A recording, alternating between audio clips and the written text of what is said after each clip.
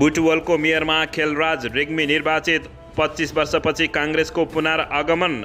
मतपरिणाम सुनाउँदा त्रुटि भएपछि रौतहटको गजुरामा मतगणना स्थगित। लुम्बिनीमा काङ्ग्रेस पहिलो, माओवादी केन्द्र दोस्रो। कसले कहाँ पालिका जिते यसबारे पुरा जानकारी। स्वतन्त्रबाट वडा अध्यक्ष जितेका शर्मा एमालेमै फर्किए। भरतपुर महानगरपालिकामा 76,566 मतगणना। कसको धेरै यसबारे पुरा जानकारी। काठमाडौँमा 51% मतगणना गर्न बाँकी। बालेन शाहको निरन्तर अग्रता। एमालेको पत्ता साफ हुने पक्का। काठमाडौँ 11मा सिर्जनाको अग्रता। बालेन दोस्रो स्थानमा। पोखरामा एकीकृत समाजवादीका आचार्य एमालेका थापाभन्दा 3,277 मतले अगाडि। काङ्ग्रेसले 300 नगाउँदा एमालेले 200 नजिक। कर्णालीमा गठबन्धनले काङ्ग्रेसलाई फलिपाप। एमालेलाई निकै ठुलो धक्का। नेकपा यस भने शून्य। गठबन्धन सफल भयो। सङ्घीय निर्वाचनसम्म नै जान्छौँ। माओवादी केन्द्रका अध्यक्ष पुष्पकमल दाहाल प्रचण्ड।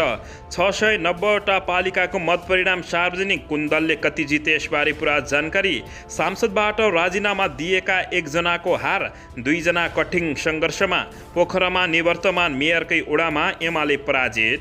मेयर बन्न सांसदबाट राजीनामा दिएकाहरूको भयो हरिबिजोग। जेलभित्रैबाट रेशम चौधरीको परिकल्पना पुरा। 5 महिना अघि मात्रै जन्मिएको दल जिल्लाकै पहिलो बन्दै। मधेसमा केपी शर्मा ओलीको मिसन सफल। 5औं स्थानबाट दोस्रो दलतर्फ उक्लिँदै। मधेसवादी दललाई मधेसमै निकै ठुलो धक्का। र चितवन, पोखरा र काठमाडौँमा नेकपा एमालेको पत्ता साफ हुने पक्का। अब हेर्नुहोस् पुरा समाचार। दर्शकबिन नमस्कार। तपाईहरू यति बेला युआर नेपाली युट्युब च्यानल हेर्दै हुनुहुन्छ। दर्शकबिन यदि हाम्रो च्यानल युआर नेपालीसँग अझै पनि सब्सक्राइब गरेर जोडिनु भएको छैन भने सब्सक्राइब गरी जोडिनुहोला। साथै सँगै रहेको बेल आइकनलाई दबाउन पनि नभुल्नुहोला। दर्शकबिन तपाईहरूले हामीलाई कहाँदेखि हेर्दै हुनुहुन्छ, कस्तो अवस्थामा हेर्दै हुनुहुन्छ, देशदेखि हेर्दै हुनुहुन्छ या विदेशदेखि हेर्दै हुनुहुन्छ। दर्शकबिन यदि तपाईहरूले हामीलाई रेगुलर हेर्नुहुन्छ भने रेगुलर र पहिलोपटक हेर्दै हुनुहुन्छ भने पहिलोपटक भनी कमेन्ट बक्समा गई कमेन्ट गरी हाम्रो मेहनतको लागि एउटा सानो लाइक गर्न पनि नभुल्नुहोला। दर्शकबिन बुटवल उपमहानगरपालिकाको मेयरमा नेपाली काङ्ग्रेसका उम्मेद्वार खेलराज पाण्डेले फराकिलो मतान्तरले जित हासिल गरेका छन्। 2074को निर्वाचनमा एमालेका शिवराज सुवेदीसँग पराजित भएका पाण्डेले यसपटक एमालेका बाबुराम भट्टराईलाई 7,533 मतान्तरले पराजित गरेका हुन्। पाण्डेले 30,130 मत पाएर निर्वाचित हुँदा एमालेका भट्टराईले 22,597 मत पाएको जानकारी प्राप्त भएको छ। दर्शकबिन अन्ततः नेपाली काङ्ग्रेसले 25 वर्षपछि पुनरागमन गरेको जानकारी प्राप्त भएको छ। दर्शकबिन यसैबीच यता भरतपुर महानगरपालिकामा 76,566 मतगणना भएको छ। स्थानीय तह निर्वाचन अन्तर्गत चितवनको भरतपुर महानगरपालिकामा 76,566 मतगणना गरिएको छ। पछिल्लो मतपरिणाम अनुसार सत्तारूढ दल गठबन्धनका तर्फबाट नेकपा माओवादी केन्द्रकी मेयरकी उम्मेद्वार रेणु दाहालले निकटम प्रतिस्पर्धीलाई फराकिलो मतान्तरले पछाडि छाडेकी छिन्। रेणु दाहालले 29,675 मत पाएकी छिन्। नेकपा एमालेका उम्मेद्वार विजय सुवेदी 23,861 मत ल्याएका छन्। रेणु दाहाल विजयभन्दा 5,814 मतान्तरले अगाडि रहेकी छिन्। स्वतन्त्र उम्मेद्वार जगन्नाथ पौडेलले 10,424 मत प्राप्त गरेका छन् भने भरतपुरमा 1,27,000 भन्दा बढी मत खसेको जानकारी प्राप्त भएको छ। यस्तै उपमेयरमा काङ्ग्रेसका चित्रसेन अधिकारीले 32,000 मत पाउँदा राप्रपाका उम्मेद्वार हिमाला गुरुङले 18,494 मत प्राप्त गरेकी छिन्। अहिले वडा नम्बर 15 र 16 को मतगणना भइरहेको छ। दुवै वडा काङ्ग्रेसका उम्मेद्वारको अग्रता रहेको जानकारी प्राप्त भएको छ। दर्शकबिन यसैबीच यता काठमाडौँ महानगरपालिकामा 51% मत गन्न बाँकी रहँदा पनि स्वतन्त्र उम्मेद्वार बालेन्द्र शाहले निरन्तर अग्रता कायम गरेका छन्। लौरो चुनाव चिन्हबाट स्वतन्त्र उम्मेद्वार भएका बालेन शाहले निकटम प्रतिस्पर्धी नेकपा एमालेका केशव स्थापितलाई 15,805 मतले पछाडि पारेका छन्। पछाडि पार्दै बालेन्द्र शाहले 35,130 मत प्राप्त गरिसकेका छन्। महानगरमा कुल 1,79,400 मत खसेको थियो। शनिबार अपराह्न 2:30 बजेसम्म 93,600 47 मत मात्रै गणना भएको निर्वाचन आयोगले जानकारी दिएको छ। यसअघिको निर्वाचनमा एमालेको पकड क्षेत्र मानिएका वडाहरूमा मतगणना जारी छ। अझै 97,539 मतगणना गर्न बाँकी रहेको छ। 9, 10, 11, 24, 25, 26, 27 र 31 वडामा मतगणना जारी छ, जसमध्ये 10 र 11 नम्बर वडामा काङ्ग्रेसको पकड भएको क्षेत्र मानिएको छ। दर्शकबिन, काठमाडौँको महानगरपालिका वडा नम्बर 11 मा 5 दलीय गठबन्धनका तर्फबाट काङ्ग्रेसकी उम्मेद्वार सिर्जना सिंहले अग्रता लिएकी छिन्। शनिबार दिउँसोको मतगणनामा 300 मत गनिसकेको अवस्थामा सिर्जना सिंहले 98 मत प्राप्त गरेकी छिन्। सिंहलाई स्वतन्त्र उम्मेद्वार बालेन्द्र शाहले पछ्याइरहेका छन्। उनले 69 मत प्राप्त गरेका हुन्। त्यस्तै एमाले उम्मेद्वार केशव स्थापितले तेस्रो स्थानमा छन्। उनले 55 मत पाएका छन्। अहिलेसम्म काठमाडौँका विभिन्न स्थानमा मतगणना भइरहेको जानकारी प्राप्त भएको छ।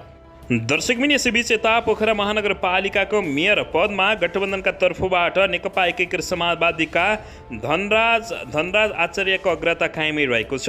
आचार्य नेकपा एमालेका उम्मेद्वार कृष्ण थापाभन्दा 3,277 मतले अगाडि छन्। 85,058 मतगणना हुँदा आचार्यले 34,259 मत प्राप्त गरेको जानकारी प्राप्त भएको छ भने थापाले 30,982 मत ल्याएर आचार्यलाई पन्छाइरहेको जानकारी प्राप्त भएको हो। थापाले आचार्यसँगको दूरी घटाउँदै लिएका छन्। पोखराको उपमेयरमा भने एमाले अगाडि छ। नेकपा एमालेकी उम्मेद्वार मन्जुदेवी गुरुङले 35,268 मत ल्याउँदा काङ्ग्रेसकी उम्मेद्वार कपिला राणा भाटले 34,796 मत ल्याएको जानकारी प्राप्त भएको हो। दर्शकबिन, यसैबीच यता स्थानीय चुनावमा नेपाली काङ्ग्रेसले 306 पालिका जितिसकेको छ। विराटनगर महानगरपालिका सहित काङ्ग्रेसले देशका मुख्य उपमहानगरपालिका, नगरपालिका र गाउँपालिकामा प्रमुख पद जित हासिल गरेको छ। काङ्ग्रेस ललितपुर महानगरपालिका सहित 19 पालिकामा अगाडि छ। यो सङ्ख्या 2074 मा जितेको भन्दा निकै बढी रहेको छ। यसैबीच नेकपा एमाले 200 पालिका नघाउने सम्भावना सहित बढिरहेको छ। एमाले 188 पालिका जित्दा 18 मा अगाडि छ, तर 2074 को स्थानीय चुनावको तुलनामा एमाले कम पालिका जितेको छ। यसैबीच नेकपा माओवादी केन्द्रले 119 पालिका जित हासिल गरेको छ। भरतपुर महानगरपालिका सहित माओवादी 2 पालिकामा अगाडि छ। जसपाले 25 पालिका जितेको छ भने 8 पालिकामा अगाडि रहेको छ। नेकपा यस 17 पालिकामा जित्न सफल भएको छ। यस पोखरा महानगरपालिका सहित 2 पालिकामा अगाडि रहेको छ। लोकतान्त्रिक समाजवादी पार्टी नेपालले 10 पालिका जितेको छ भने उसले 4 पालिकामा आफूलाई अगाडि राखेको जानकारी प्राप्त भएको छ। दर्शकबिन, यसैबीच स्वतन्त्रका उम्मेद्वारहरू काठमाडौँ महानगरपालिका, धनगढी, धरान र जनकपुर धाम उपमहानगरपालिकाहरूमा पनि अगाडि छन्। स्वतन्त्रले यसपटक उल्लेखनीय सङ्ख्यामा जितेको छ। यसपटक राप्रपाले पनि दमक शङ्खरापुर लगायत महत्त्वपूर्ण पालिका जितेको छ। राप्रपाले अहिलेसम्म 4 पालिका जितेको जानकारी प्राप्त भएको छ। रेशम चौधरीको नागरिक उन्मुक्ति पार्टीले कैलालीको टिकापुर सहित 3 पालिका जितेको छ। रेशम खरेलको सुशासन पार्टी सिके राउतको जनमत पार्टीले पनि बिउ रोपेको जानकारी प्राप्त भएको छ। दर्शकबिन, वैशाख 30 गते भएको 753 स्थानीय तहमध्ये 691 स्थानीय तहको मतपरिणाम सार्वजनिक भएको छ। सार्वजनिक मतपरिणामले नेपाली काङ्ग्रेस सबैभन्दा धेरै स्थान तह जितेर पहिलो पार्टी बनेको छ भने अघिल्लो निर्वाचनमा 294 स्थानीय तह जितेर पहिलो पार्टी बनेको नेकपा एमाले अहिले 188 स्थानमा जितेर दोस्रो स्थानमा खुम्चिएको छ। अघिल्लो पटक 266 स्थान तह जितेर दोस्रो पार्टी भएको नेपाली काङ्ग्रेस यसपटक भने 308 स्थानीय तह जितेर पहिलो पार्टी बनेको छ।